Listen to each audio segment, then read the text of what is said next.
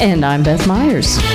Joining us, we have Jonathan Shinhope and Steve Connelly in the studio with us here. I said studio out of habit. We are at the Smokehouse Grill. Our home away from home. Yes, doing our show in front of a live audience today, and we're very glad that everyone that showed up to watch.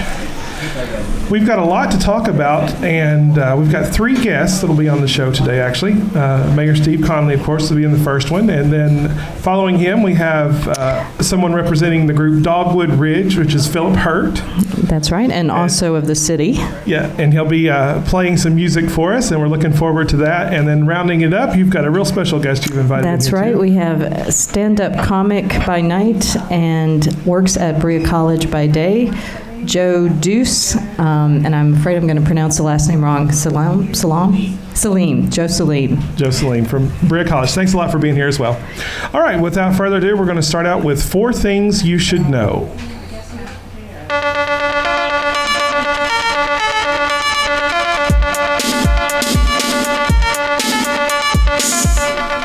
Thank you, Chad.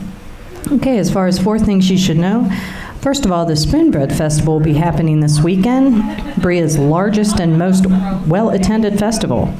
The sponsors of the festival have had a few bumps this week, with the rain delaying some outside setup, and the Russell Acton Folk Center kitchen still under some construction. But I've personally seen the new 6-burner stove, new oven warmer, and fridge that will be placed in there, so that will certainly make all the spoon bread they have to cook a lot easier this year. On a good weekend, the Chamber of Commerce can make between $10,000 and $12,000 just selling $3 cups of spoon bread. Secondly, the Bereans for Fairness rallied at the City Council on Tuesday to mark the anniversary of the establishment of the Berea Human Rights Council, when approximately 400 Bereans gathered to demand a fairness ordinance. There was a much smaller group gathered on Tuesday, with approximately 100 people gathered outside and in council chambers. They continued to call for the Berea City Council to pass a local fairness ordinance. Number 3, KET is going to be televising a close-up look at the artists and community that make up the Kentucky Guild of Artists and Craftsmen. It'll be a new edition of Kentucky Muse. We'll televise on September 30th at 9 p.m. The Guild's history and goals will be illuminated in this show with interviews with artists. Bereans will be featured, and it will include such artists as Janet Northern and Virginia Petty. The show is called Of Hands and Hearts, the Kentucky Guild of Artists and Craftsmen. And lastly, the Berea Municipal Utilities have announced that there's going to be some electrical outages on Rash Road substation for maintenance purposes. This will be on the nights of October 5th, 12th, and 19th, beginning at midnight. The power outage will last approximately 30 minutes, and if it does remain off for more than 30 minutes, people are asked to call the emergency number 986-8483. And that is it for 4 things you should know. Thank you very much, Beth. Quite a list, and some interesting subjects. We did have quite a large crowd at City Hall last night, didn't we, Mayor? We did. Packed house. That's not the first time that's happened. Of course, you did enforce the 100 occupant rule. Correct. Yeah, and people need to understand that that's for safety reasons. It's the only reason, right? Fire department. Yeah. So not being cruel, not letting people in, it's just you can't pass up the size of the room. Well, and I think the city department heads always graciously choose to stand up so that everybody else can have a seat. I've noticed that they're usually on the back wall. We provided an overflow room. They could go to City Hall and the community room and watch it on TV if they chose. Okay. I didn't even realize that. Did anyone take you up on that? Doesn't look like they did. Well, it's like the college graduations, and they always let you have 2 family members, and then the less favorite family members have to go somewhere else to watch it, like when it's raining outside. Well, I think if I was going to watch it on TV, I'd probably do it from my recliner. Right. Of course, if you don't have cable, if you're one of these satellite TV people, you're just out. Think the city could spring for some recliners there for that? Is that what you need? that might be considered wasteful spending. Yeah, that's in that line.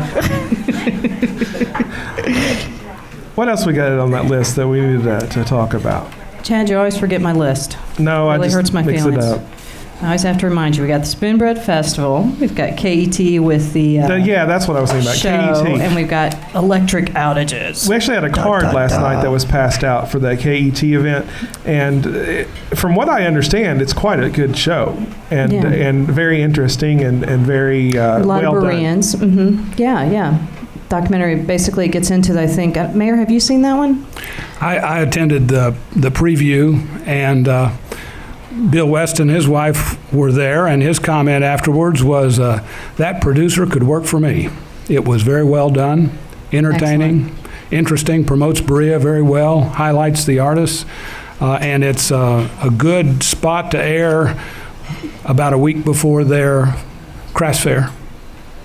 Oh, that's true, and that was probably part of the planning, but yeah. That's what I heard as well, that it was very well done. I'm going to look forward to seeing it on the 30th of September. Gets into the history and then also does a lot of interviews to really kind of illustrate the work of the Guild. Were there many people at the preview? There was there were fewer than were invited. KET members, Guild members, a Tourism Commission member, a council member, probably about 25. 25, okay, it's all right. Worth a party anyway. A lot of good food. Good. And of course, they had it at their new building. They did, yes. And how did that look? Oh, they've remodeled the building, and it's a real show place. It's a nice location for them. Well, we had Jeanette on here, but they weren't quite finished when she was on here talking. And it might very well be a good upper anchor for the North Broadway Artisan Village. It's sometimes hard to get tourists to walk up the hill beyond the train depot and the immediate surroundings. So that would be the beginning of a draw to bring them all the way up the street and pass by the other shops. Yeah, there's one time a year when we're guaranteed we can walk people up that hill, and that's the parade. I have to admit, ever since they had the mural Learn Shop in the Broadway Center, I've started to have this fantasy of murals on the walls of the new Guild building on either side. I just think it would look marvelous.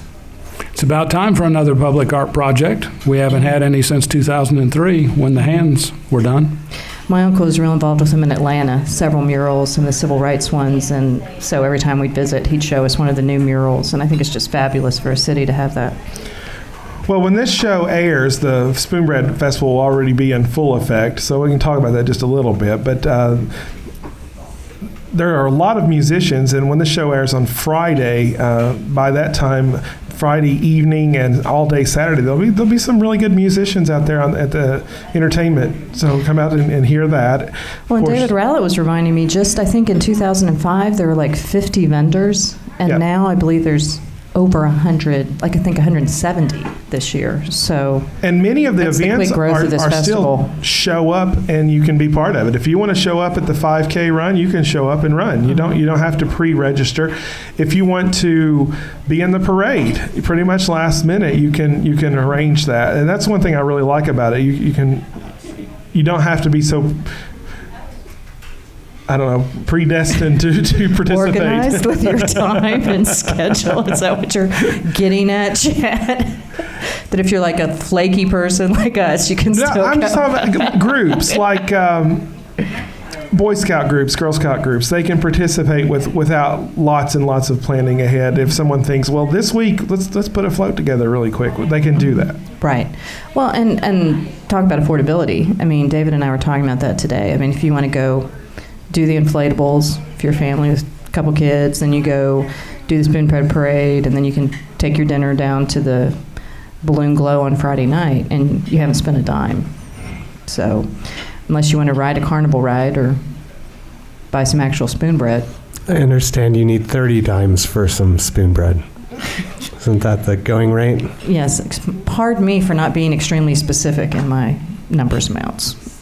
What is it? You said the 30 dimes for the spoon bread. 30 dimes. Right? I was Yeah. making the metaphor of a dime, and Jonathan had to go. Don't encourage him in this, Chad. It's just drop it. I tell you, it is amazing to me how much they sell. And somebody was complaining last year that it should have been cheaper. You know, that it's a Spoon Bread Festival. You know, it should be cheaper. I was like, was it cheaper? They couldn't keep They up couldn't with the make enough. demand. They couldn't make enough. So it's kind of like the market drives the price, right? I still remember Mike Hogg just racing back and forth in that little truck between the Russell Acton Folk Center kitchen and the table where they were selling it. I mean, they were just shooting back and forth, just like throwing pans of spoon bread out. Well, let's It talk was about that selling kitchen so for just quickly. a minute that's taken Yeah. care. Mayor, what do you, about the? Can you describe it for everyone listening? I haven't seen it, Chad. I've heard it's top of the line. I haven't seen it yet either, but I knew I'd be there all weekend. I so. tell you, the appliances look good. They look good. Of course, the timing is making everyone a little nervous, cutting it so close. But there was actually an unexpected problem, They had as to I switch recall, out which is something, why yeah. the deadline happened the way it had. What was that? It was. Which- Did the stove actually? Your musical guest Philip helped install it today. I think. What'd you do? The hood? Oh, And complete. tomorrow Is the kitchen complete health now? department Great. health department comes tomorrow. The plumbing inspector will be there in the morning, and then the health department will be there to inspect on Friday, as with all the other booths. All right, he said that Great. the plumbing and the health inspector are going to be there when they do the All right, booths so as we're well. good to so that's go. great. Thanks, Phil. All right, let's get on into a quick interview here with the mayor, and we'll send him on his way so he doesn't have to sit right here in the hot seat for the whole evening. Beth had gotten some questions together, I believe, for you. yeah. So I appreciate you coming down, Mayor. First of all, I just thought I'd give you a little time to say maybe a couple things you consider the kind of biggest issues that Berea is facing right now, as far as I don't know, things that can be very affect our future a great deal, that we're kind of talking about, conserving about, that type of thing. Well, you know, when you deal with the public, the backyard issues are the biggest issues that ever face us. You mean like roads and? Whatever's happening to the neighborhood. Yeah, whatever's happening in their backyard. That Right. particular issue, that whether it might be flooding on Holly Street, or whether it might be trees that are growing too high in the right-of-ways that the city ostensibly has maintenance authority over, or whether it's traffic that's jamming the roadways at school time on Shortline Pike and 1016. It's very localized, and it just depends on who you're talking about. But if you're talking about the city in general, of course, we've got long-term issues. Water supply is one of the ones that we're focusing on and working to remove the dam from high hazard status, and at the same time possibly capture more water for our future use. We've got a number of significant infrastructure projects, roads, Menelus, North Broadway, or Menelus, Bratcher Lane, North Richmond Road, the bypass, which are in various states of preparation and are beginning to roll out starting this month, and will be continuing. There's even talk that the bypass second phase will be bid out in December. So those will be rolling out through next year, according to word we've got. Those will have big impacts on the city. We have long-term issues of succession in our employment, aging employees who are retiring. How can we preserve their knowledge and have smooth transitions for efficient government to provide the services that we do? We have the consistent, it seems like constant issue of increasing costs with somewhat stagnant revenue, which prompted one of the issues I thought you were going to ask me about, is our tax rate that we set this time. So that many varied issues that just roll one right after another. Well, actually, the one question I was going to ask you about is, as some people who follow the city know, that the mayor's salary has been discussed within the Now, last why couple would you meetings. ask me about that? You haven't had enough of that? Now, Mayor, can you ever really beat an issue completely dead? I did want to ask about a clarification, though. When you were talking last night, and Jerry Little talking about kind of the high administrative costs, was it that you feel that there are, at this point, too high administrative costs to government with the mayor and city administrator's salary, or is it that you feel like it doesn't need to be any higher than it is right now? I've tried to listen very closely throughout the council discussion about why the mayor's salary should be. I think the first proposal was 150% to a low now of 50% increase. What the rationale, what the justifications were for. The last time it was proposed was during the sharp point of the recession, and it clearly didn't seem like the right thing to be considering, and the council did not pursue it. Of course, we're in a much more stable time now, but the question, it seems to me, is what benefit does a citizen receive from that type of raise? Now, I've wandered a little away from your question, which was, do I think that the executive salaries are too high? What I'm tried to indicate was that one justification offered by some council members was that Berea underpays its mayor, and that fact makes us look bad. Surely we can do better than other small, poorer towns and pay something distinguished, as if it's the salary that makes the statement. And my point was that for the executive job, the city is actually budgeting and paying over $120,000. And so that is not a pittance. That is good, sound, proud remuneration, nothing to be ashamed about if we're afraid of the anemic shadow that we might be casting.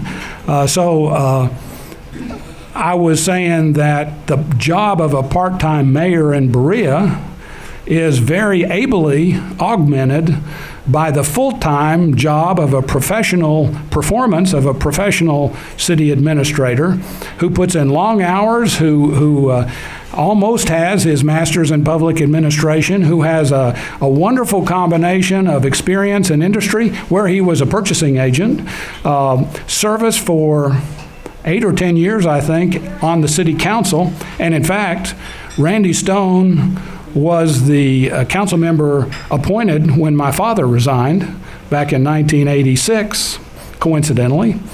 And a person who has good connections with state government and is a dedicated hard worker, good at making budgets, and so in my mind, we've got the best of both worlds. And the two questions, as I posed last night, one, what is the need? What is the benefit that citizens of Berea will be getting by this 50% raise? And secondly, is there not some danger of equating public service with employment?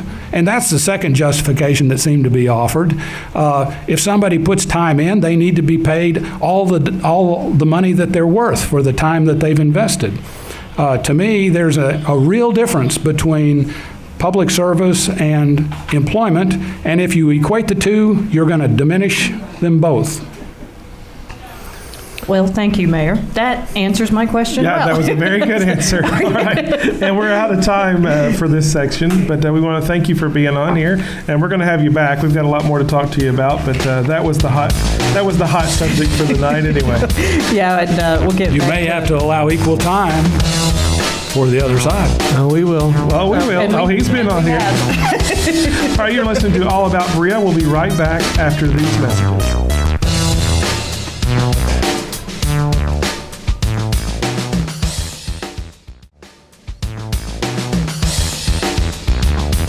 Hello and welcome back. You're listening to All About Berea, and we've now switched out. The mayor is no longer here with us, but we have brought in another city employee. This is We city employee. love the city of Berea.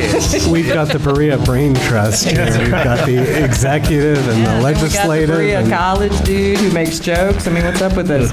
So we have Philip Hurt here with us, and he's representing the group Dogwood Ridge, who I have had the pleasure of hearing 3 or 4 different times now at the Spoonbread Festival. Yes. And you played for the Lions Club Christmas Banquet, which Yes, I was think we're very- going to ask that again because it was incredibly good. Well, thank you. Yeah, we enjoyed that. We very thoroughly enjoyed that as well, and it was a good night, good food. Yes, it Everything was. was good. Well, tell us a little bit what's going on with Dogwood Ridge. Well, we finally finished up a little project that we started about at least 6 months ago, and we recorded that down at Music Makers down there in Old Town, right there.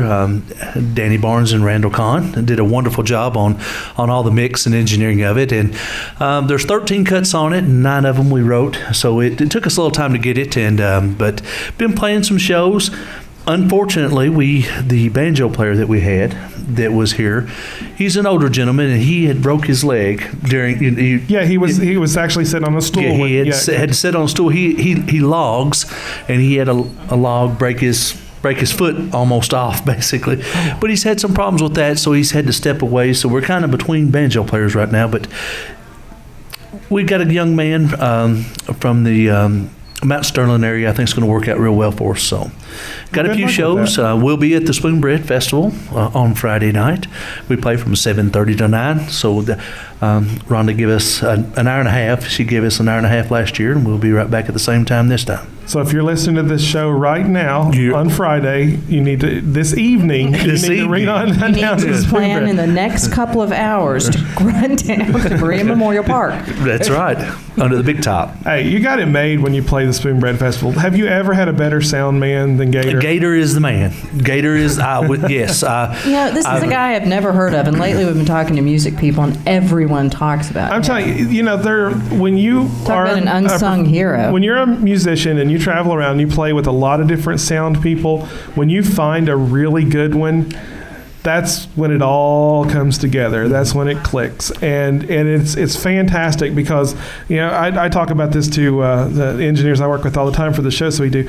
You've got to make yourself invisible. If the audience doesn't realize there's a sound person, then That's you true. did your Very true. job. Very true. Because if you do anything to draw attention to yourself, then you've discredited the musicians you're running sound for. Very Exactly. true. And that is what Gator is. He's invisible down there. And the musicians extremely appreciate him, and the rest of the audience doesn't even realize what's going on because the music's just good. Yeah, Gator.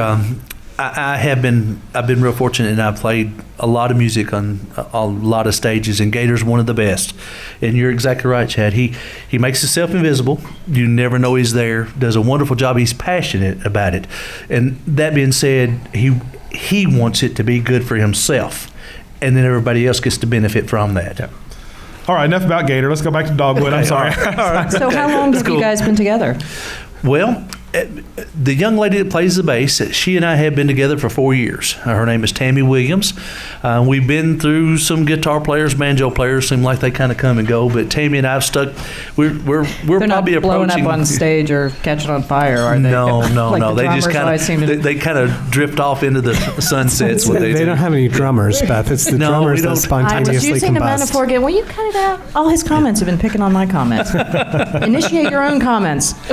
But Tammy and I, we're probably getting close to being together for 5 years as Dogwood Ridge. So And Tammy's a good songwriter. Yes. There's one particular song of hers that's been performed by lots of other people, and I can't remember which one it is. My mom liked that song. I can't remember. Someone sung it at her church one time too. But she's wrote several. Yeah. And the fellow that plays guitar for us now, his name is Donovan Howard, and he is an excellent songwriter. And 6 of them, well, let's see, I wrote 2. I guess there's about 4 on there, at least 4 that he wrote, and he is an excellent songwriter also. Great. Yeah. Sounds like a great combo. Yeah. Now, you said you recorded with Randall. I didn't know that Music Makers had a studio in there. Yeah, upstairs have an excellent studio, and those guys, if you're into bluegrass music or an acoustical Americana type music, of course that's their niche. That's what they've done all their lives. So, and they cater to that. But upstairs they have a wonderful, wonderful studio. Yes. Well, great. Well, and I see you brought a CD as Yes. well. Are these available online anywhere for people to? Yes, we have a Facebook page, Dogwood Ridge. Just look at Dogwood Ridge on Facebook, and we'll come up. We also have a web Was page. there a place for them to order? Just or do drop they have me to a come line. find you? Well, just drop me a line, or come Message you find- on Facebook or something? Okay. I stay. The mayor keeps me so busy at the city that I don't have a lot of time to do all that cyber stuff. So I've been realizing how many artists we have in this community with day jobs, Yes. and then and then after hours how we is when support they those do it. Yeah, habits. exactly. yes, you got to have a daytime job to support the habits. And that's why a lot of times you don't know. Yeah. Well, we What appreciate you people coming do. in to talk to us, but we're going to take a quick break. And while Okay. we're on break, we're going to set you up and let you play a couple songs for us. Okay. All right. Okay. All right. All right. We'll be right back after these messages with Philip Hurt from Dogwood Ridge. He's going to play a couple songs for us.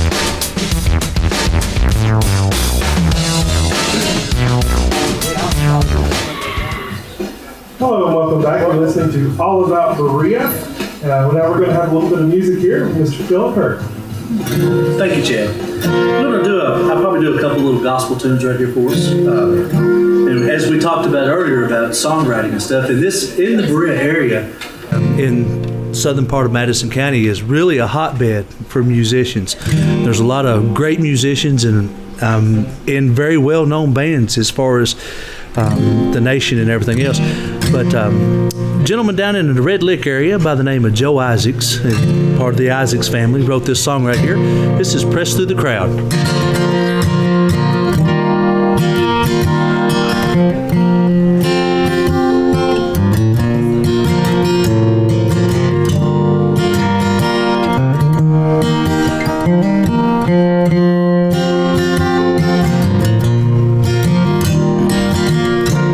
Like the prodigal son, I drifted in darkness, the clutches of Satan, they cling to my soul. My sins are so many, many, my burden so heavy. When I touch Jesus, He made me whole. And I pressed through the crowd, reached out and touched Jesus. The sweet Holy Spirit came into my soul. And I knew I'd been changed. My sins are forgiven. But when I touched Jesus, He made me whole.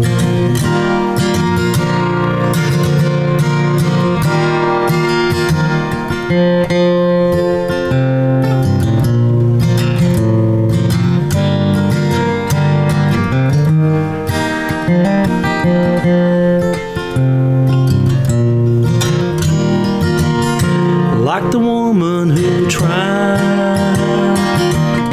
so many physicians, but when she touched Jesus, she was healed on that day. My sickness was different, my burdens so many. When I touched Jesus, He made me whole. And I pressed through the crowd, reached out and touched Jesus.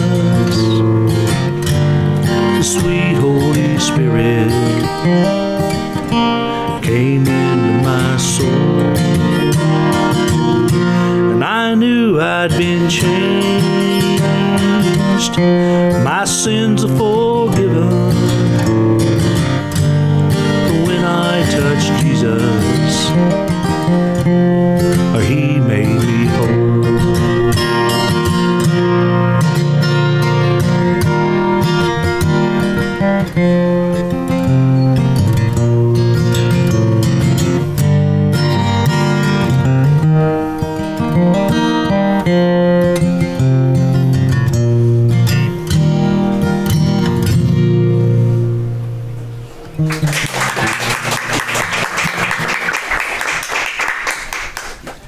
Well, that was really good. I appreciated that. Did you write that one? No, that like I said, that's a Joe Isaac song. Joe Isaac. Oh, you Yes, said that. Yeah, Joe Isaac's from right down there in Red Lick. It's Isaac's family. Yes, it was a local song. Yes, it's a local song. I over here trying to help. We actually have a new sound person helping us for the first time. He's worked with me before on the Christmas parades, but this is Travis Turner, and I'm very glad to have him running sound for us. Yeah, it's nice to have an engineer. Of course, I'm over here standing over his shoulder like I'm gonna improve anything, but Like a mother hen. yeah, like a mother hen. But it sounded wonderful, so we're looking forward to this next one. Yeah, like I said, this is some of the stuff that we do is DOGWOOD Ridge. We're a bluegrass gospel band and regular bluegrass in the sense. So, but here's a little another good old, just a standard gospel hymn. This is "What a Friend."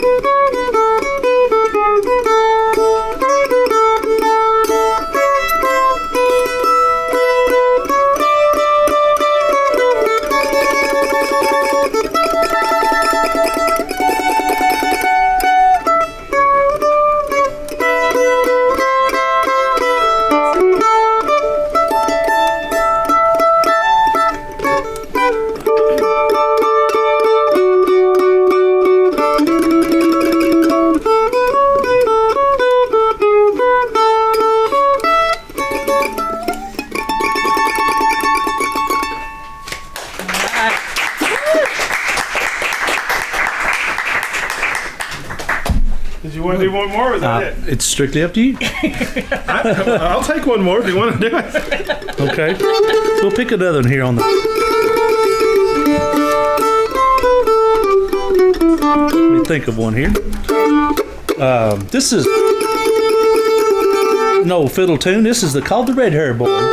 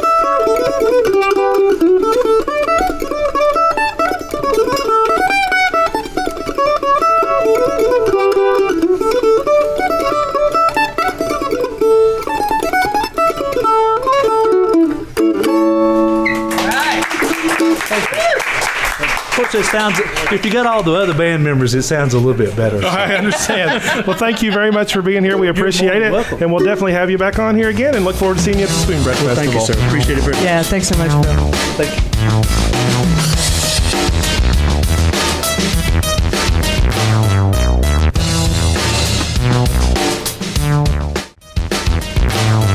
Well, I did an introduction just before, but I didn't realize I wasn't on, so now I got to do it again. So, everybody, welcome to Joe Deuce, who's coming on here to do a little comic routine for us. We are making him do about 5 to 10 minutes, and then we'll have him sit down and answer questions that we've got for him. So, appreciate you coming out, Joe, and the floor is yours. No problem. Thank you very much. How you guys doing, Smokehouse? All right, we'll try it again.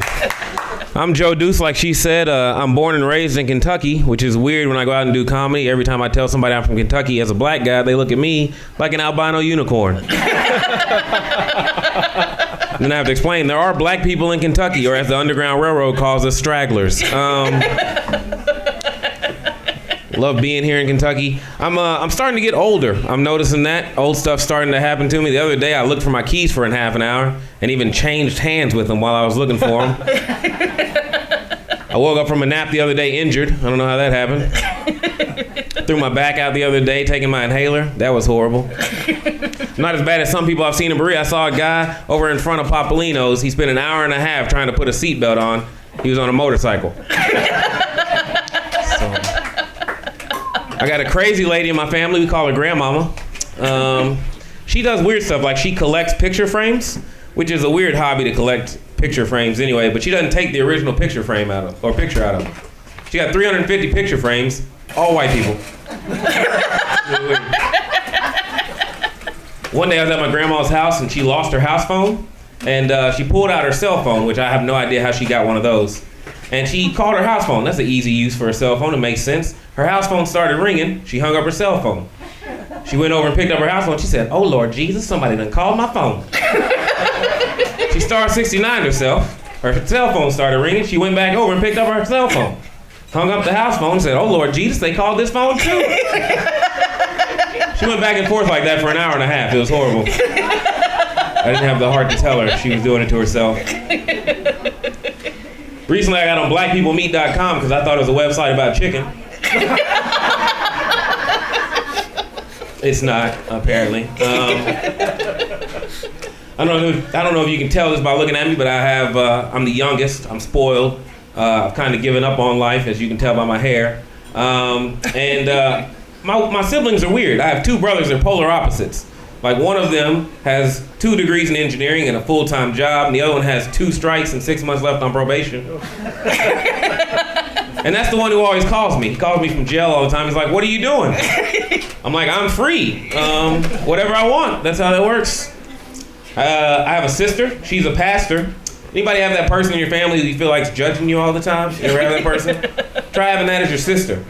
Even Jesus is like, "Why can't you be more like your sister?" She tells me I'm not saved enough, which I was like, I didn't know this was like Zelda. My sister's a level 10 saint. I'm a level 3 backslider. Figured that out. My sister's so saved that last year for Christmas, she bought me Rosetta Stone for speaking in tongues. It's just a bunch of Kurt Franklin albums. So, she had me thinking, though, when she said I'm not saved enough. Anybody in here go to church? You guys go to church? Oh, yeah. Yeah, when you go to church, you actually do kind of see 2 groups of people. Like, there's my sister's group, which I call them super saved. Here's how you can tell when someone's super saved. If you have a Bible cover to match every outfit you wear to church, you're super saved. If you only have sheets on your bed because Jesus is your comforter, you're super saved. If you've ever had a bill collector call and you're like, "Jesus paid it all," and you hang up, you're probably super saved. Then there's my group. There's my group. We walk into church, people just shake their head and they're like, "He ain't saved like he say he is." Here's how you can tell those folks. If you've ever been sitting next to somebody in church and you said, "You gonna eat that during communion?" Probably not saved like you say he is. If you've ever put in offering and asked for change back? If you wore lingerie to your baptism, sir,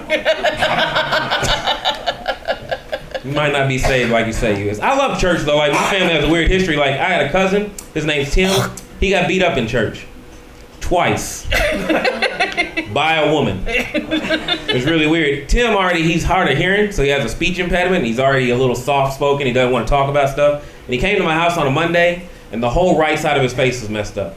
I said, Tim, what happened to your face? He said, well, I went to church the other day, and I walked in behind this real big lady, and I walked in and we sat down, and the pastor said, everybody get up, we gonna think them hymns. So I got up, and she got up, and her breath was stuck in her booty. So I'm a nice guy, I reached down and pulled it out. And she slapped me. The next week, Timmy came back to my house, the whole other side of his face was messed up. I said, Timmy, tell me you didn't grab that lady's dress again. He said, no. I went back to church. I walked in behind the same big lady. We sat down. The pastor said, everybody get up. We gonna think them hymns. So we got up, and throwing up, her dress was stuck in her booty again. The guy next to me pulled it out. I said, no, that's not how she liked it. So I stuck it back in. Thank you guys. I'm Joe Deuce.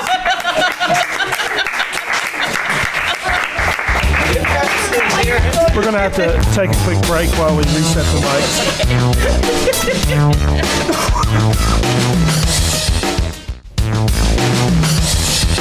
Hello and welcome back. You're listening to All About Berea, and we were just collecting ourselves after laughing from Mr. Joe Deuce here. Thank you so much for entertaining us this evening. That was great. Thank you for having me. Yeah, I enjoy it. Now, we wanted to I don't know how you knew my oldest sister so well. When you were describing the Super Saved, Do you have a lot of it was people like give you you're in the room confessions with after her, this? man. Sometimes, yes. Actually, I get a lot of confessions after the show. Well, I had a friend who is probably not saved. Her color coordination was she always had a baby Bic lighter for her outfit. Yeah, if your prayer group has smoke breaks, you're probably... She's probably not super safe. But this is Kentucky, so, I mean, it's acceptable I was here. about to say. Rules don't. Yeah. I saw a pastor once with an e-cig. That was interesting, so right from the pulpit, just missed everywhere. It's kind of a cool effect. It was like a rock concert, though, so that was... Well, yeah, who needs incense anymore? You Right, know? yeah. Go into the Greek Orthodox and just have your e-cigs. When they come down the aisle swinging those things, we'll know we went too far. Right, yeah. That's the latest sign of the apocalypse. That's yeah. right. When you've got Greek Orthodox priests. So, how long have you been doing comedy? Comedy, I've only been doing about 2 years, just under 2 years. But I've been on stage since I was 12. I mean... Okay. Yeah, I used to host a lot of shows growing up in high school, and then even here at Berea College when I was an undergrad, hosting a lot of talent shows and pageants and all that kind of stuff. So, Well, I'll be the first to say I hadn't heard of you until Beth introduced me just a couple of weeks ago, and then when I went out and about and I would say, well, he's going to be on the show. Oh yeah, I know him. He's funny. You know, it's like, what? I must have been under a rock. oh well, yeah. Most people say I'm funny in conversation, but the funniest thing is after a show when someone's come who hadn't seen me before, who's known me for a while, when they're like, I didn't know you were that funny. And I thought you were kind of like the scale of 5 funny. right, yeah, it's like, oh, I'm just average funny, thanks. So it's quite different. Being on stage is a lot different than just having conversations with people and being funny in conversation. So, Joe, I got to ask you, and you've told me about this before, but I just love the story about the hardest crowd you ever had. The hardest crowd I ever had was not so much unlike the Smokehouse Grill. No, actually, I went to do a show in Sanford, Florida, about a week after the Trayvon Martin killing, which was, a big thing in the news, and everyone was up in arms and everything. And I went there to do a show, and I was opening for the Country Fried Comedy Tour, which I assumed because they saw I was from Kentucky, they thought I would be appropriate a cowboy for the Country Fried Comedy Tour. So I show up at this place. Hey, Joe from Kentucky. Yeah, exactly. I show up at this place, and it's called The Barn. And I walk in, and there's people doing line dancing lessons, which is not really that out of the ordinary for me. Like I grew up in Kentucky, so I'm used to seeing that kind of stuff. And we learned line dancing when I was in gym class. So, but then I get to the door, and there's a bouncer there, and he looks at me like, "What are you here for?" And I was like, "I'm here for the comedy show." He said, "The room's not open yet." And I was like, well, I'm one of the comedians. And he looked me up and down for like 3 or 4 times, and then was like, you're on the Country Fried And Comedy you were still Tour. black every time he looked back Right, up. I stayed black the whole time. And I was like, well, I'm not on the Country Fried Comedy Tour. I'm opening for them. And so he finally let me in after checking with his management team and all this other stuff. There's a black guy out here. Right, yeah. He's opening. Some Negroes out front says he's in the Country Fried Comedy Tour. So anyways, I finally get in the club and I meet the headliners, and they're awesome. And the guy who's hosting the show introduces me, and everyone's hooting and hollering, like, yeah, you know, the rebel yells going. And I hit the stage, and everyone goes absolutely silent. Who's on the stage? Right, yes. And you could hear a pin drop. It was like in the movies where somebody walks into a club and the music stops. Like, it was that kind of moment. And I just looked at the crowd and I said, you know what? Thank you for that warm welcome. Now I know how it feels to be the sheriff on Blazing Saddles. And from that point on, they were my crowd. Like, all right, you're all right. But I'd be remiss to say if I didn't admit I had to change my underwear after that show, because I was a bit scared walking on that stage and everyone going quiet. That's the first time that ever happened to me. So, Well, if I can ask you a serious question here, that seems to me to be one of the hardest things about writing new material all the time is you have to stay connected to what's going on right now. Mm-hmm. But when a tragedy happens, how do you know when it's okay to joke about something? I mean, that was a huge thing on 9/11 on all the most hilarious talk shows. It was months before anyone even, made a joke. How do you know when it's okay to tell a joke about a tragedy? I think, for me as a comedian, I think to myself, I know I'm a human being. So my timeline isn't necessarily like everyone else's, but I know if something tragic happened to me, I know a good range of time before I would be ready to talk about it.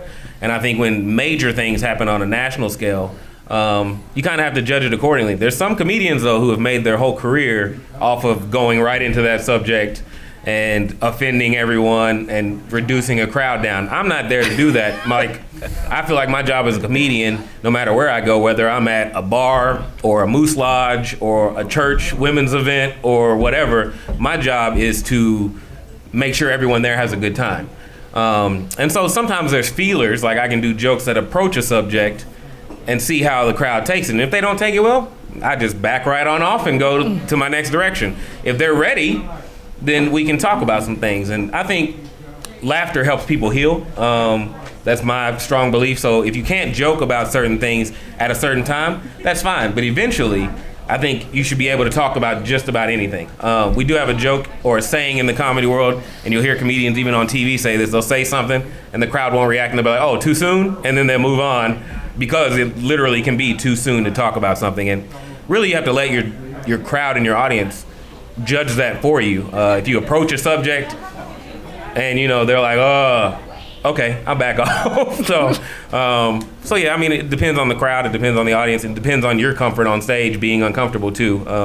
So I like to keep up with current events, but only ones that I know I can make fun of. If it's a national event, like for instance, the Navy Yard, shooting that just happened, I wouldn't joke about that probably ever, because people shooting people in a Navy Yard isn't funny to me. 9/11 would not have been a topic for me necessarily. Now, some of the terrorist involvement and some of the little quirks that happened along the way and after, that you might be able to find humor in. But the event itself, I think, is not something you necessarily want to laugh at or poke fun at, because you have a big chance of turning off a great deal of people to you. And I want to be somebody who can go anywhere and make jokes and everyone be able to laugh and have a good time. So. Okay. How do you practice your routines? In front of a mirror, or do you just sit around on the couch and write them down, or what? Tell to your wife, see if she laughs. No. My wife sometimes doesn't get the jokes that I say. Or, like, there's one joke that Is she your toughest audience? Yeah, she is. And, well, besides Me myself, too. I think, like, there's one joke that I use sometimes where I say, what do Mexicans cut their pizza with? Little Caesars. And until I made this motion, she didn't know what I was talking about with my hand, doing the scissor motion. And I think a lot of my material, I write down stuff all the time. Anything that I think is funny, I write it down. And then sometimes I'll bring it up in conversation with friends and see if I can make it really funny. Sometimes there's no better place to use it than on stage. So there's some stuff that I use on stage that I've never used before. And and I try to film all of my routines because sometimes stuff just comes out. Like I did a show last week in Covington, and the beginning of the show was totally just kind of improv, but there was like 3 jokes out of there that I didn't really think of, and watching the video I'm like, oh, I can use that every time I'm on stage if I want to. So some of it has to come out that way. Different people have different strategies, but mine is I work it out on stage. If it doesn't work, then I leave it, and scrap it. But I pull from life, so everything kind of, life is funny to me in general, and people are funny. If you don't think God has a sense of humor, just look anywhere at a flea market and you'll see. So that's kind of how I work. Who's your favorite comedian? I think it would be impossible for me to limit my favorite comedian. I have Can you a do bunch. top 3? Top 3 of all time? Richard Pryor, Eddie Murphy, and either Louis C.K. or Chris Rock. But I have a lot of other, like when I told you when we did the newspaper interview, I used to watch Red Skelton with my grandfather all the time, so that was like my first big exposure to comedy. Then I used to watch Flip Wilson after that, and he's like, if I could make my own show and put it on TV, it'd be the Flip Wilson show, but redone to fit my life. I like people, there's a guy named Michael Jr. who's brand new, nobody really knows about him, but he does church shows, and he does clean comedy, which I think is a challenge. Some people you can get up on stage and cuss, and some people will laugh, but you never really had to write a joke. Meanwhile, you got Kevin Hart, who cusses almost every other word, but his joke structure is so good that I can't help but watch him and like him. So there's a broad range of comedians I like. So. All right. Any other questions for him? No, and let's make sure he is going to have his first headliner show in Berea on Friday night. What time? Well, actually, there's going to be 3 acts before you. Yes, right, Joe? we have a show that's going to be at 8 o'clock on Friday night in Phelps Stokes Chapel, and it's open to anybody who wants to come. I'm working on a DVD right now, and so we'll be filming part of that night.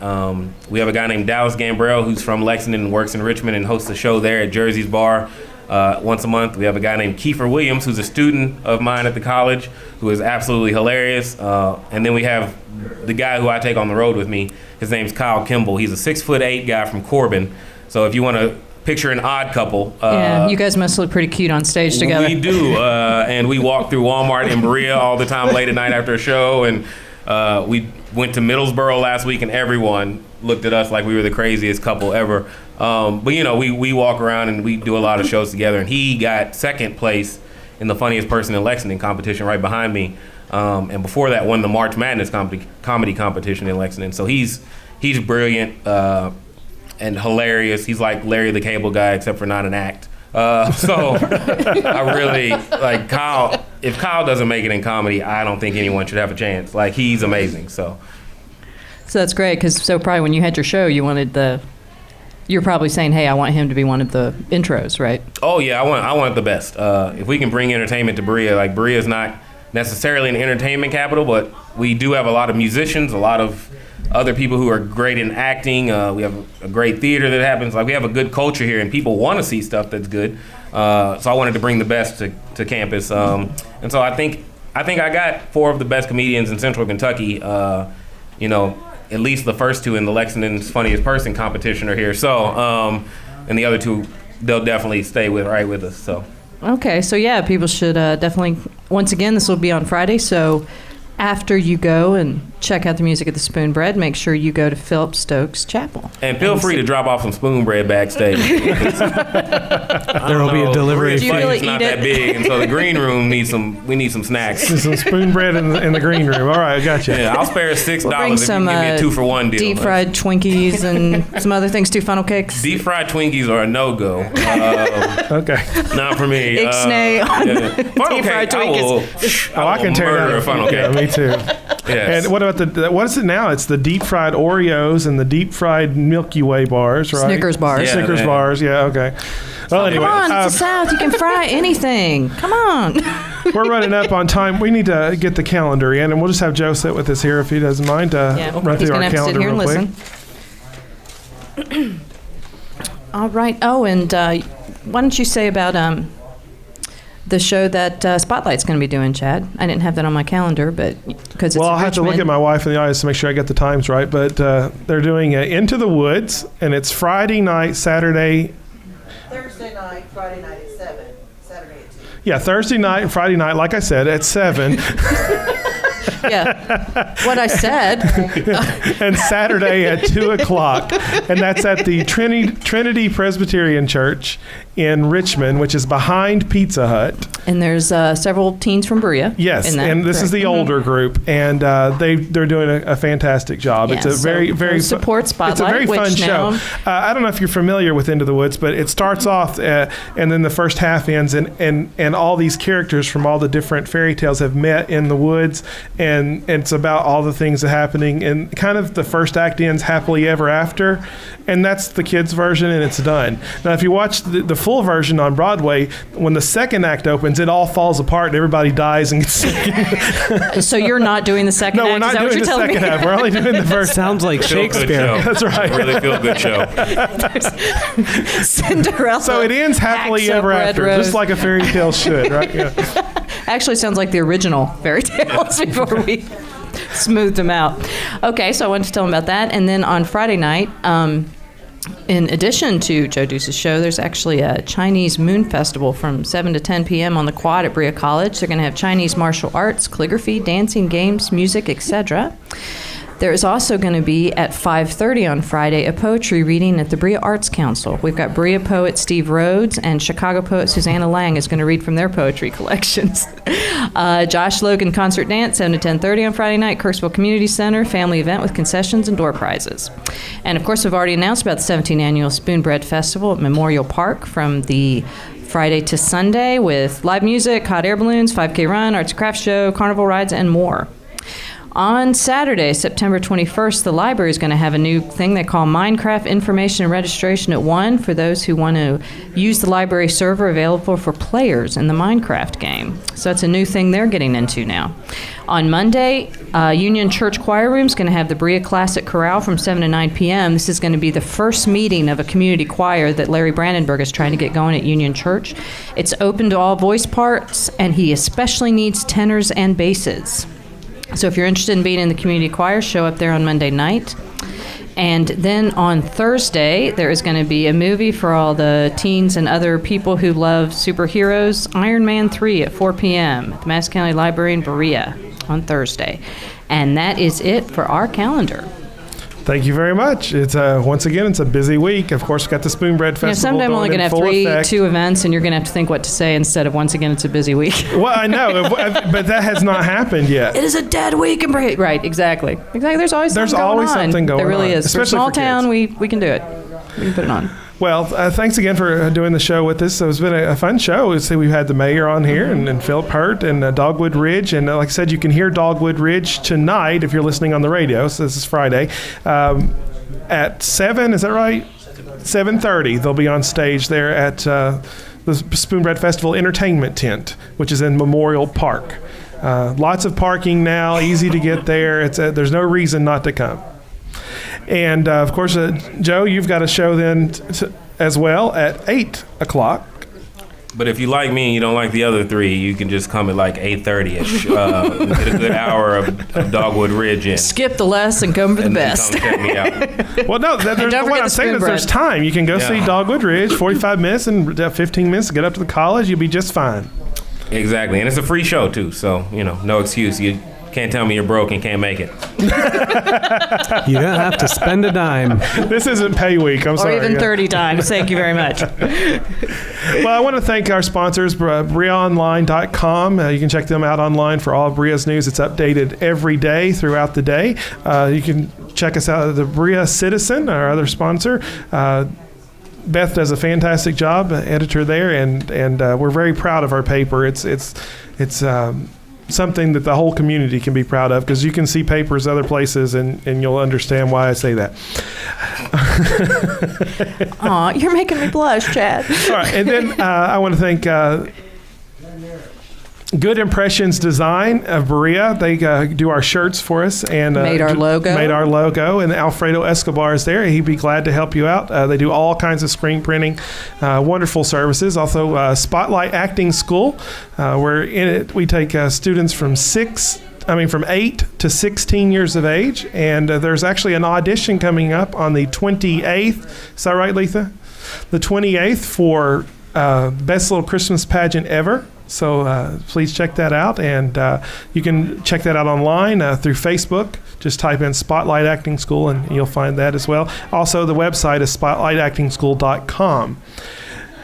I think that covers all the bases. Oh, I do want to thank Travis Turner over here, who's volunteered to be engineer for us today, and we'll definitely have him back. He's done a great job and took a lot of stress off my shoulders. I usually try to do double duty. I almost felt like I was missing something throughout the night. Right, like, you where's didn't the have all your little soundboard? buttons to play I don't have with. anything. I know. Where's my crutch? All right, I would thank Beth Myers, Jonathan Schinhofen, Joe Deuce. Good luck with everything. Thank you. All right. Thanks for watching and listening. I'm going to put this up. I should say that we're going to put up video clips. It won't be the entire show, but we'll be video clips. We'll be adding to the site as well. All right, join us next week for more Berea news. All About Berea is brought to you by Good Impressions Design. For screen printing, trophies, plaques, signs and more, check out Good Impressions' full line of services, and make a good impression with your business today. On the web at goodimpressionsdesign.com. By the Berea Citizen. Serving the community since 1899, this Berea icon continues to produce award-winning news stories and features. Pick up your copy today, or sign up for a weekly subscription by calling 859-986-0959. By BereaOnline.com. Constantly updated, this site is the most up-to-date place to find what's going on in Berea. Loaded with videos, shows, stories, articles and a full calendar of events, this site has been the place to go on the web for Bereans since 1995. The name says it all, it's Berea Online. The opinions expressed on All About Berea are not those of BereaOnline.com, the Berea Citizen, nor any other sponsor.